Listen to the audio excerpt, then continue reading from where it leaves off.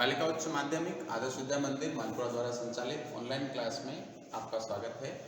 हम कक्षा 12 राजनीति विज्ञान विषय पढ़ रहे थे और उसके अंदर हमारे जो है चैप्टर चल रहा था, जिसमें हमें भारतीय संघीय व्यवस्था जो है इसकी विशेषताओं को हम पढ़ रहे थे और पिछले दिनों हमने इसकी 6 विशेषताएं जो है वो पढ़ ली थी।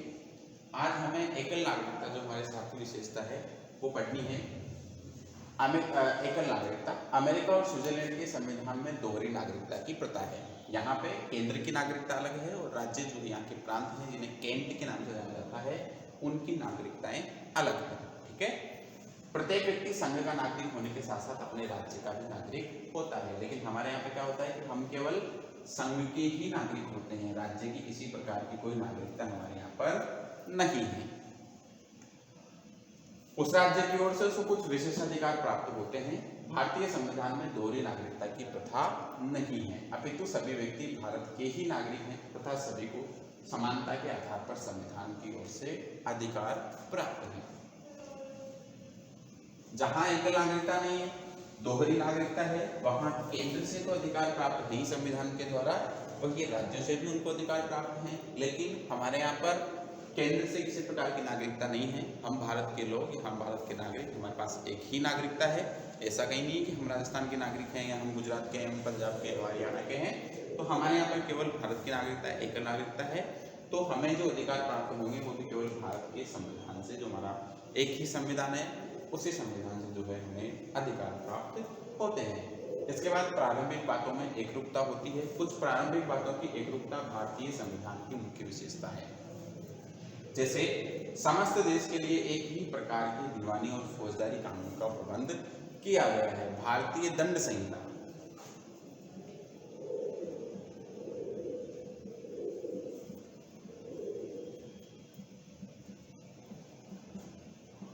जो 1860 ईस्वी के अंदर बनती है, इसके द्वारा दीवानी और फौजदारी जितने भी हम कानूनों का उल्लंघन करते हैं, उससे कौन कौन से अपराध की कौन कौन सी सजा हमें दी जानी है वो उसी के द्वारा दी जाती है और सभी देश, सभी राज्यों के अंदर एक समान है। ठीक है, वहीं समस्त देश के लिए एक ही चुनाव आयोग है। अखिल भारतीय सेवाओं के सदस्य केंद्र तथा राज्यों के शासन का प्रबंध करते हैं।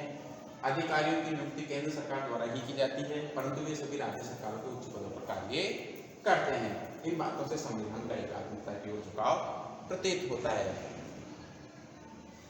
एक विधान एक निशान, ठीक है, इस प्रकार से हमारे यहाँ पे पूरे देश का एक ही निशान है। पहले अगर हम 360 जब तक थी हमारे यहाँ पे अनुच्छेद 360 तब तक जो है जम्मू कश्मीर को इसके संबंध में कुछ विशेष अधिकार थे, लेकिन हम समाप्त हो गए हैं जब से 370 वहां से हटी है। ठीक है, 370 और 35A जब से यहाँ से हटी है तब उससे हो गया है। तो सभी देश, पूरे देश का एक ही संविधान है हमारे यहाँ पे, पूरे देश का एक ही निशान है। 3 रंग वाला जो तिरंगा है हमारा देश का एक निशान है। वहीं राज्यों के जो सचिव वगैरह होते हैं, IAS अधिकारी जो होते हैं, या राज्य के न्यायालयों के जो मुख्य अधिकारी होते हैं, न्यायाधीश वगैरह, उन सबकी नियुक्ति जो है केंद्र के द्वारा ही की जाती है। एकल संगठित न्याय व्यवस्था अमेरिका और ऑस्ट्रेलिया में राज्यों की न्याय प्रणाली केंद्रीय न्याय प्रणाली से पृथक है।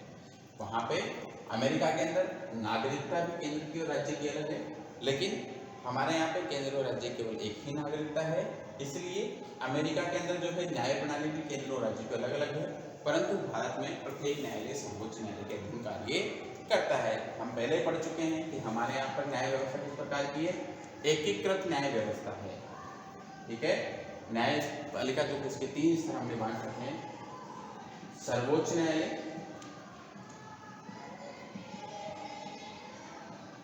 उच्च न्यायालय और हमारे जिला न्यायालय हैं और सत्र न्यायालय। ठीक है, तो ये तीनों जो है ये अलग अलग नहीं है, ये तीनों एक दूसरे के अधीन है। सर्वोच्च न्यायालय के अधीन ही जितने भी राज्यों के हमारे उच्च न्यायालय हैं वो सब हैं, और इन सब उच्च न्यायालयों के अधीन जो है उस जिले के संबंधित जो जिला न्यायालय है या सत्र न्यायालय है उसी के अधीन आते हैं। आगे हम बात करें तो हमारे यहाँ पर जो है न्याय व्यवस्था किस प्रकार की है, एकल संगठित न्याय व्यवस्था है। ये भी भारतीय संघवाद की विशेषता है। राज्यों के विरुद्ध सर्वोच्च न्यायालय में अपील किया जा सकता है। इसी प्रकार राज्यों के छोटे न्यायालय के अधीन होने पर उसे छोटे न्यायालय के निर्णय के विरुद्ध उच्च न्यायालय में अपील की जा सकती है। अतः एकल संगठित उच्च न्यायालय प्रणाली संघात्मक राज्य का नहीं बल्कि एकात्मक राज्य का लक्षण माना जाता है। नेक्स्ट जो है, राज्यों को पृथक होने का अधिकार नहीं है। भारत संघ के राज्यों को संघ से पृथक होने का अधिकार नहीं है, क्योंकि हमारे जो भारतीय संविधान का आर्टिकल 1 है वो कहता ही है, यही है कि भारत अर्थात इंडिया राज्यों का और संघ शासित क्षेत्रों का संघ है। ठीक है, तो क्या है हमारे यहाँ पे देश राज्यों का संघ है। ठीक है, सभी राज्यों से मिलकर एक संघ बना है, वो हमारा क्या है, भारत है। तो इन सब राज्यों से इसका गठन हुआ है, तो राज्यों को अलग जाने की बात तो है ही नहीं, राज्यों को अलग से स्वतंत्रता तो है ही नहीं। तो राज्य जो हैं वो हमेशा केंद्र के अधीन ही रहेंगे, वो स्वतंत्र नहीं हो सकते। इसी प्रकार हम देखते हैं कि राज्यों को अगर किसी प्रकार के वैदेशिक संबंध स्थापित करने हैं तो बिना केंद्र की अनुमति के नहीं किए जा सकते, या फिर राज्य को किसी दूसरी जगह निवेश करना है या किसी दूसरे देश को किसी राज्य के अंदर निवेश करना है तो उसके लिए भी जो है केंद्र सरकार की अनुमति आवश्यक है, अधिकार नहीं है। इस संदर्भ में उल्लेखनीय है कि 1963 में संविधान के 16वें संशोधन द्वारा स्पष्ट किया गया कि संघ से पृथक होने के पक्ष पोषण को वाक स्वातंत्र्य संरक्षण प्राप्त नहीं होगा। ऐसे तो हमें भारतीय संविधान के आर्टिकल 19(1) में वाक, विचार, अभिव्यक्ति की स्वतंत्रता है। ठीक है, लेकिन इस स्वतंत्रता का हम पक्ष पोषण करते हुए ये स्वतंत्रता हमें जब प्राप्त नहीं होगी जब हम संघ से पृथक होने की बात करते हैं। अगर हम भारत की अखंडता को किसी भी प्रकार से हानि पहुंचा रहे हैं वाक्य विचारा हमारे कार्यों के द्वारा, तो वो जो है किसी भी प्रकार से स्वीकार्य नहीं है। ठीक है, आगे चलिए। सीमाओं में परिवर्तन हेतु राज्यों की सहमति अनिवार्य नहीं। अमेरिकी संविधान के विपरीत भारतीय संविधान के अनुसार संघीय संसद राज्यों की सहमति के बिना भी राज्यों का पुनर्गठन अथवा उनकी सीमाओं में परिवर्तन कर सकती है। राज्य पुनर्गठन आयोग जो बनता है या भारतीय संविधान का जो भाग है 1 जिसके अंदर अनुच्छेद 2, 3, 4 एक तो परिभाषित करता है राज्य को मतलब देश को। ठीक है, उसके बाद 12वां अनुच्छेद जो है वो भी इसकी परिभाषित करता है राज्य को, लेकिन 2, 3, 4 जो है नए राज्यों का गठन किस प्रकार होगा या राज्यों का 2 को मिला के 1 किस प्रकार किया जा सकता है, या राज्य का विखंडन करके 2 करना, या उस राज्य को जो है संघ शासित क्षेत्र के रूप में परिवर्तन करने का अधिकार जो है वो किसके पास है, केंद्र के पास है। ठीक है, और इसके लिए उसे किसी भी रूप में राज्य से सहमति लेना आवश्यक नहीं है। इस प्रकार राज्य पुनर्गठन आयोग कार्य करता है। आगे चलिए। ऐसे विधान की सामान्य प्रक्रिया के अनुसार साधारण बहुमत से किया जा सकता है। अनुच्छेद 7 के अनुसार इसके लिए संसद को प्रभावित राज्य के विधानमंडल की सहमति प्राप्त करने की आवश्यकता नहीं है। केवल संसद को सिफारिश करने के प्रयोजन हेतु राष्ट्रपति के लिए आवश्यक है कि वे प्रभावित राज्य के विधानमंडल के विचार ज्ञात कर ले। यह बाध्यता भी पूर्णतः आज्ञापरक नहीं है। प्रभावित राज्य द्वारा अपने विचार अभिव्यक्त करने हेतु राष्ट्रपति द्वारा समय सीमा का निर्धारण किया जा सकता है।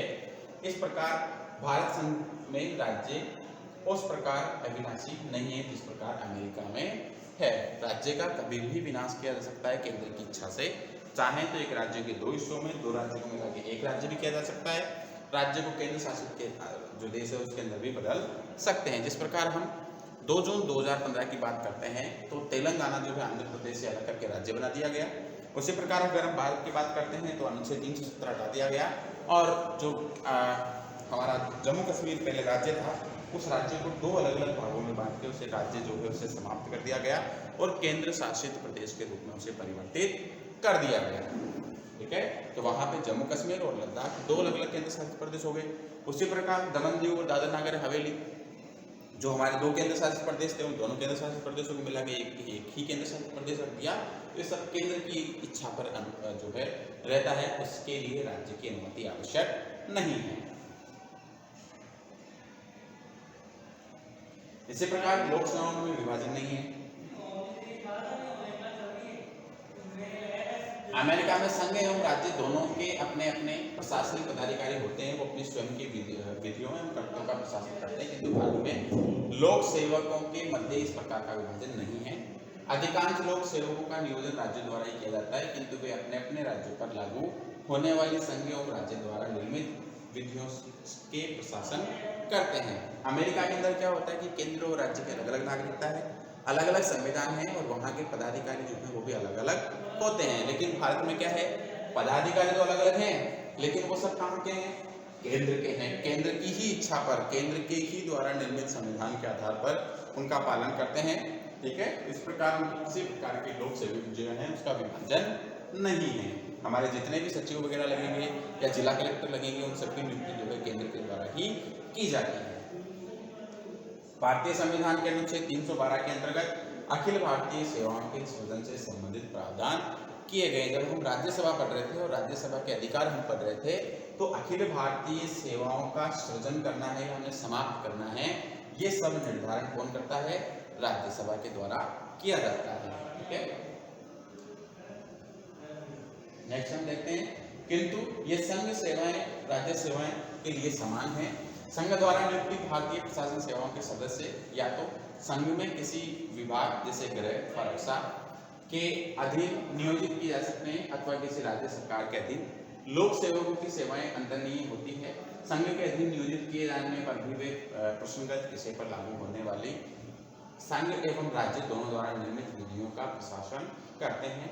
राज्यों के अधीन सेवा करते हुए भी अखिल भारतीय सेवा के सदस्यों को केवल संघीय सरकार द्वारा ही पद से हटाया जा सकता है। जिस प्रकार अलग अलग उनको कैडर वितरित होते हैं, जो हमारे IAS लगते हैं उन सबको अलग अलग कैडर वितरित होते हैं, लेकिन फिर भी उनको राज्यों के अंदर सेवाएं दे रहे हैं, क्योंकि जो जिला है वो राज्य का अंग है, लेकिन फिर भी वहाँ सेवाएं देने के बाद भी उसे उसके पद से बनाए रखने का, उसे हटाने का जो अधिकार है वो केंद्र के पास ही होता है।